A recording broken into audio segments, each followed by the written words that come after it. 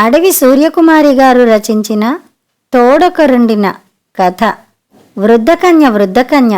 అహహహ. నవ్వులు పగలబడి నవ్వుతున్నారు. భరించలేకపోయింది జానకి. యోగ్యతగా మాట్లాడలేనప్పుడు తక్కువగా మాట్లాడడమే ఓ యోగ్యత అవుతుందిరా అనేసి వడివడిగా తన గదిలోకొచ్చి పడింది. చూసావా అమ్మా, పొగరు తానే సంపాదిస్తోందన్న అహంకారం. పెద్ద తమ్ముడు కిషోర్ కామెంటరీ. నాకు 200 ఇమ్మంటే లేవంది. స్నేహితురాలి కూతురు పెద్ద మనిషి అయిందని గిఫ్ట్ కొంది 100 రూపాయలు పెట్టి. ఇందాక సెంటర్లోంచి వెళ్తుంటే చూసా ఆ జరీ చీర, పూలు. నా నోటితో అనకూడదు గాని అట్లా వెళ్తోంది. చిచ్చి, ఏం మాటలు రావి? నీకంటే పెద్దది, తోడబుట్టిందాన్ని అనాల్సిన మాటలేనా? నోరు మూసుకో, మీ నాన్న వింటే చీరేస్తారు అంది పార్వతమ్మ నొచ్చుకుంటూ. వింటున్నా, నీ సుపుత్రుడంటున్న దౌర్భాగ్యపు మాటలన్నీ వింటున్నా. ఆడపిల్ల ఈ ఇంటి బాధ్యతంతా నెత్తిన వేసుకుని మగపిల్లాడిలా ఈడ్చుకొస్తోంది. మగపిల్లాడు పెళ్లి చేసుకుని పిల్లల్ని కంటూ ఉద్యోగం లేకుండా రోడ్లంట తిరుగుతున్నవాడొకడైతే నాటకాల పిచ్చిలో చదువు పాడు చేసుకుంటున్నవాడొకడు. ఈ మనుషులకు ఎప్పుడు జ్ఞానం వస్తుందో? పైగా దాన్నంటున్నావురా, పురుగులు పడతావు, విప్పాడు భారతం అన్నాడు కిషోర్. కాత్య దొడ్లో నుండి జడవేస్తున్న కూతుర్ని అలాగే లాక్కు వచ్చి కోపంగా అత్తగారిని చూస్తూ, మామగారికి ఏళ్లు పైబడి ఆయన ఏం మాట్లాడుతోంది తెలియడం లేదు. ఆయనేం ఊరికే తింటున్నారా? ట్యూషన్లు చెప్పి సంపాదించడం లేదు. కాస్త నోరు అదుపులో పెట్టుకోమనండి మీ కూతుర్ని. యోగ్యత లేంది ఎవరికిటా? తనకా నా మొగుడుకా? వచ్చిన సంబంధాలన్నీ వద్దని కూర్చుందెవరట?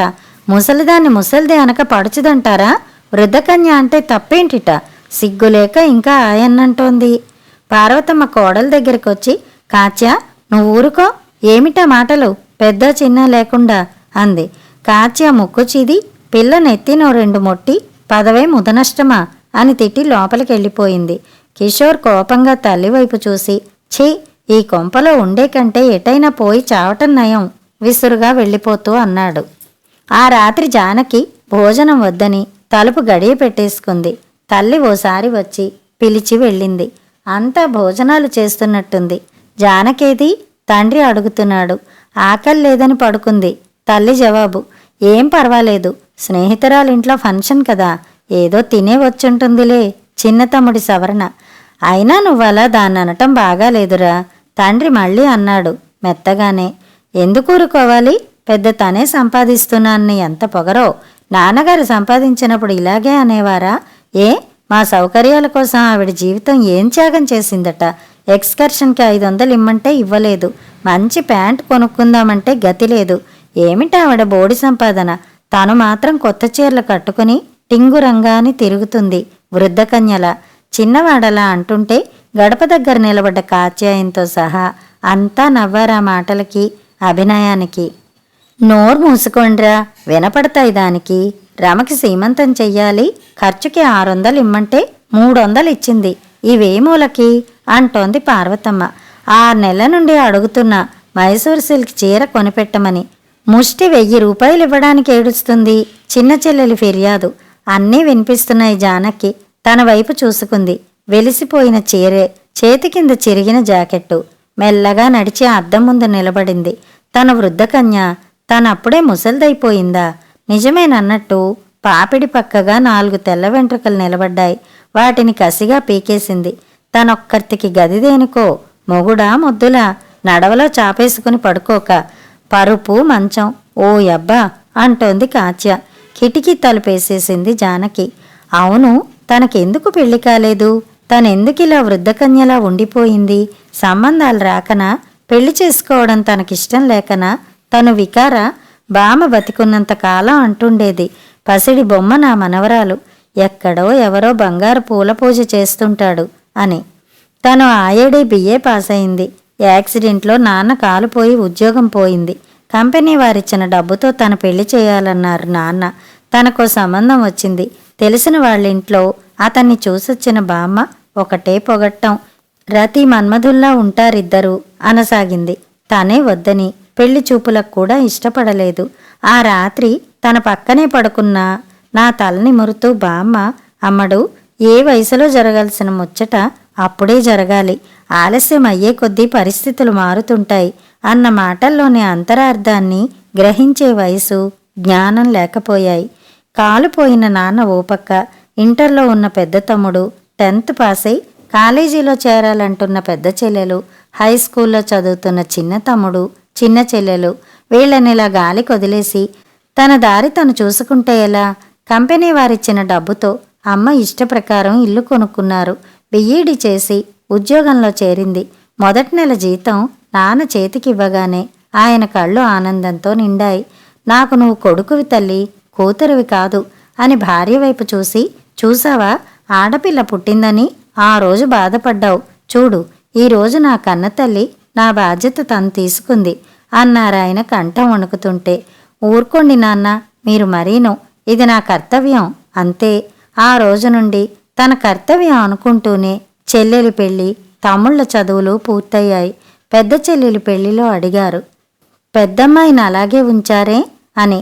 ఏం చెయ్యమండి, పిల్ల ఎంఏ చదివింది, ఈ మధ్యనే లెక్చరర్ కూడా అయ్యింది.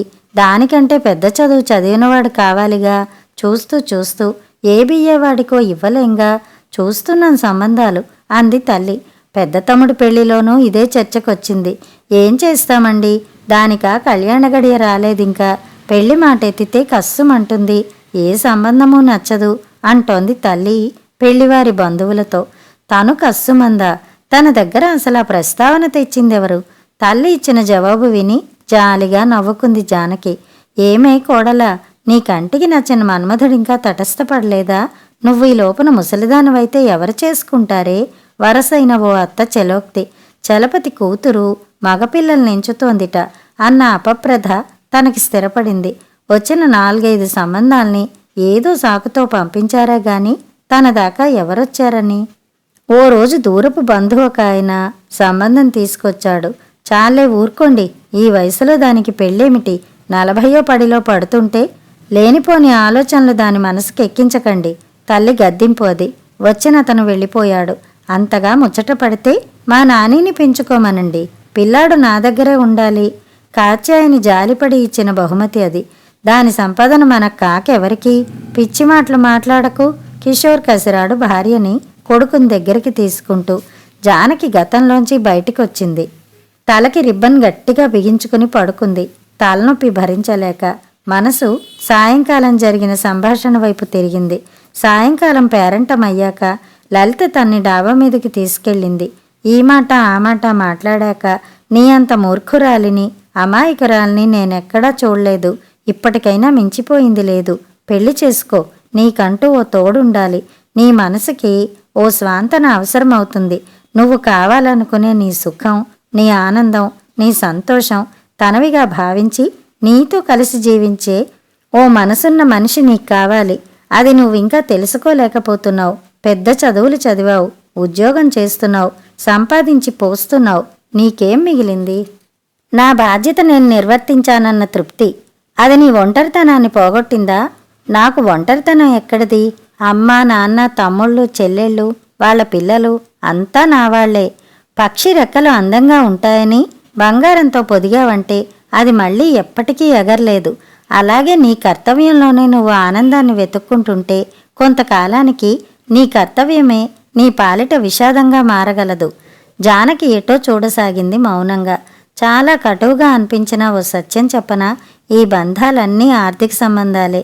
నిన్నుగా ప్రేమించే తోడు నీకోనాడు అవసరమవుతుంది. ఆనాడు నువ్వెంత ఆరాటపడ్డా నీకది దొరకదు. నా మాట విని రఘుగారిని పెళ్లి చేసుకో. ఈ వయసులో నాకిప్పుడు పెళ్ళేమిటి? చిరాగ్గా అంది జానకి. 30 ఏళ్ళు నీకు దాటాయంటే ఎవరూ నమ్మరు. ఆ కళ్ళజోడు తీసెయ్యి. ఇప్పుడే కాలేజీకి వెళ్లే అమ్మాయిలా ఉంటావు. జానకి అంటే అంత స్మార్ట్గా మా కాలేజీలో ఎవరూ ఉండరు అంటుంది నా కూతురు, తెలుసా?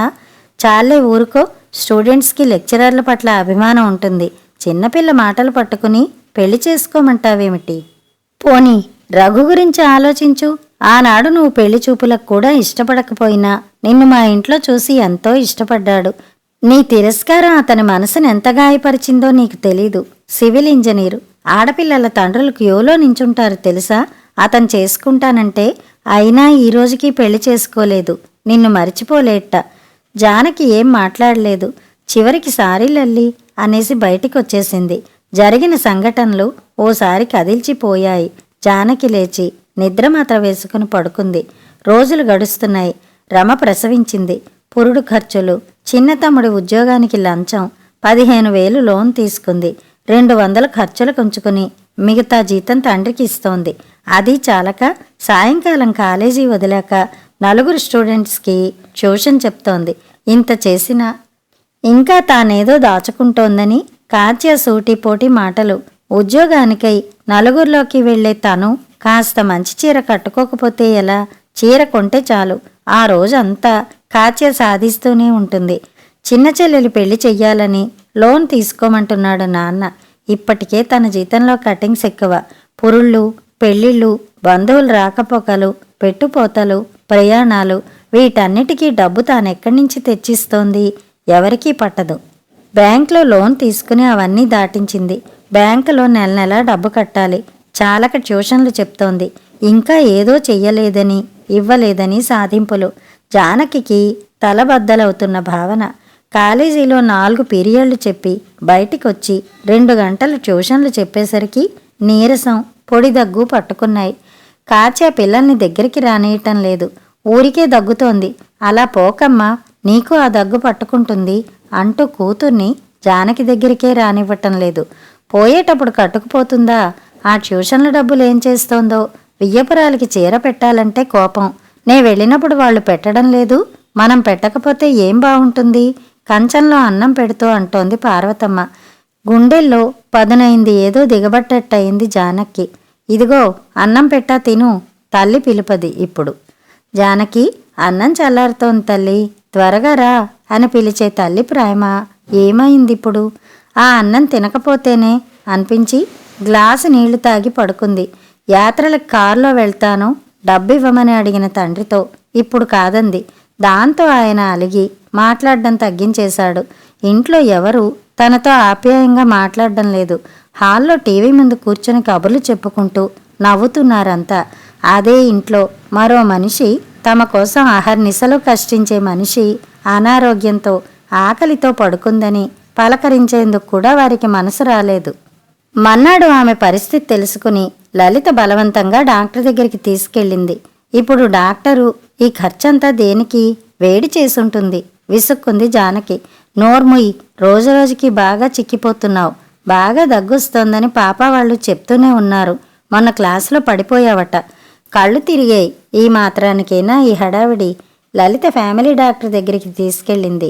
డాక్టర్ పరీక్షలు చేసి, మీరా ఉద్యోగం మానేయండి, విశ్రాంతి బాగా అవసరం మీకు టీబీ అన్నాడు. జానకి గుండెల్లో రాయి పడింది. టీబీ గురించి కాదు, ఉద్యోగం మానేస్తే ఇల్లు గడిచేదెలా? ఈ సంగతి విని ఇంట్లో వారంతా నిశ్చేష్టులయ్యారు. జానకి గది దాటి ఎక్కువగా బయటికి రావడం లేదు. నెల గడిచింది. నెల కాగానే బాకీల వాళ్ళు ఇంటి చుట్టూ తిరిగిపోతున్నారు. నీ ప్రావిడెంట్ ఫండ్ అది? ఆగాడు తండ్రి. నేను తీసుకున్న లోన్లకు అది సరిపోయింది నాన్న, నాకింకేమీ రాదు అందామె. ప్రైవేట్ కాలేజ్ కావడంతో పెన్షన్ ఏమీ రాదు. తండ్రి మొహం మార్చుకున్నాడు. ఇంట్లో చాలా మార్పులు వచ్చేశాయి. పెద్ద తమ్ముడు శ్రమపడి ఓ ప్రైవేట్ కంపెనీలో ఉద్యోగం సంపాదించుకున్నాడు. చిన్నాడు నాటకాలు మానేసి సరిగ్గా ఉద్యోగానికి పోతున్నాడు. పెద్ద చెల్లెలు గునుస్తూ అత్తారింటికెళ్ళిపోయింది. తండ్రి సాయంకాలాలు ఇరుగు పొరుగుతో కాలక్షేపం చేయకుండా 10 మంది పిల్లలకి ట్యూషన్లు చెప్తున్నాడు. చిన్న చెల్లెలు తండ్రికి సాయపడుతూ చదువుకుంటోంది. కాచాయిని మూలపడేసిన మిషన్ తీసి బాగు చేయించుకుని చుట్టుపక్కల వాళ్ళకి జాకెట్లు కుట్టి డబ్బు సంపాదిస్తోంది. అందరూ డబ్బు సంపాదనలో పడ్డారు.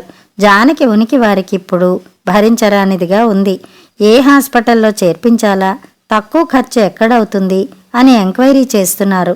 జానకిని చూడ్డానికి గాని, ఆమెకు కావలసిన మందులు కొనటానికి కానీ వారికిప్పుడు తీరుబాటు లేదు. ఒంటరితనం, అనారోగ్యం పీక్కు తింటున్నాయి జానకిని. లలిత చూడటానికి వచ్చేసరికి నిస్త్రాణగా స్పృహలేని దానిలా పడుందామె. ఆటోలో తీసుకొచ్చేసింది లలిత. చాలాసేపటికి, రోజులా గంటలా, ఎంతకాలం గడిచిందో స్పృహ వచ్చింది జానకి. మత్తుగా ఉండి కళ్ళు తెరిపిన పడనంటున్నాయి. తనెంత ఒంటరిది, ఎంత నరకం చూసింది. లల్లి, నువ్వు చెప్పింది నిజం. చాలా ఆలస్యంగా తెలుసుకుంటున్నాను. నిజంగా మూర్ఖురాలనే. నన్నందరూ ఎలా వదిలేశారో చూసావా? నాకిప్పుడెవరూ లేరు, నేనెవరికీ అక్కర్లేదు. ఆమె మాటలు గద్గదికంగా వస్తున్నాయి. చెంపల పక్కగా నీరు జారుతోంది. ఎవరో తన్ని ఒడిలోకి తీసుకున్నారు. కన్నీరు తుడిచారు. బలమైన చేతులు తన్ని చుట్టుకుని సున్నితంగా గుండెకు హత్తుకున్నాయి. లలిత కాదు కాదు, ఎవరు? పెనుగులాడ్డానికి ప్రయత్నించింది. ఓపిక లేక మెల్లిగా కళ్ళు తెరిచింది. ఎవరు? అంది భయంగా చూస్తూ. థ్యాంక్ గాడ్, కళ్ళు తెరిచావు అంటున్న మృదు గంభీరమైన కంఠం అతి సమీపంలో. నేను రఘుని, భయపడకు. దగ్గరగా వంగిన ఆ మొహంలో నుండి వచ్చిన మాట విని జానకిలో ఆశ్చర్యం, సంభ్రమం, భయం, సంకోచం, వెరపు. మీరిలా? నేనిక్కడికి? ఇదేమిటి? అతని చేతులు తొలగించుకుని లేవాలని అతను ఆ ప్రయత్నం సాగనివ్వలేదు. లలిత మిమ్మల్ని నా ఇంట్లో దించి 10 రోజులయింది. మీ ఇల్లా? అప్పుడు చూసిందా గదిని, అధునాతన సౌకర్యాలతో అందంగా విశాలంగా ఉన్న ఆ గది. ఆమె కళ్ళ కదలికని అతని కళ్ళు పరిశీలిస్తున్నాయి. నేనే రప్పించుకున్నాను మిమ్మల్ని. అతను ఆమె మొహంలోని ప్రశ్న చదివి జవాబిచ్చాడు. ఎందుకు? నీరసంగా ఉన్న ఆమె కనురెప్పల తడిని సున్నితంగా తుడుస్తూ మీకు నేనున్నానని చెబుదామని అన్నాడు. రాత్రి వచ్చిన తుఫాను మరునాటి ఉదయాన్ని బంగారు కాంతులతో అలంకరించింది. జానకి జీవితం ఆ బంగారు కాంతులతో నిండిపోయింది. కథ సమాప్తం.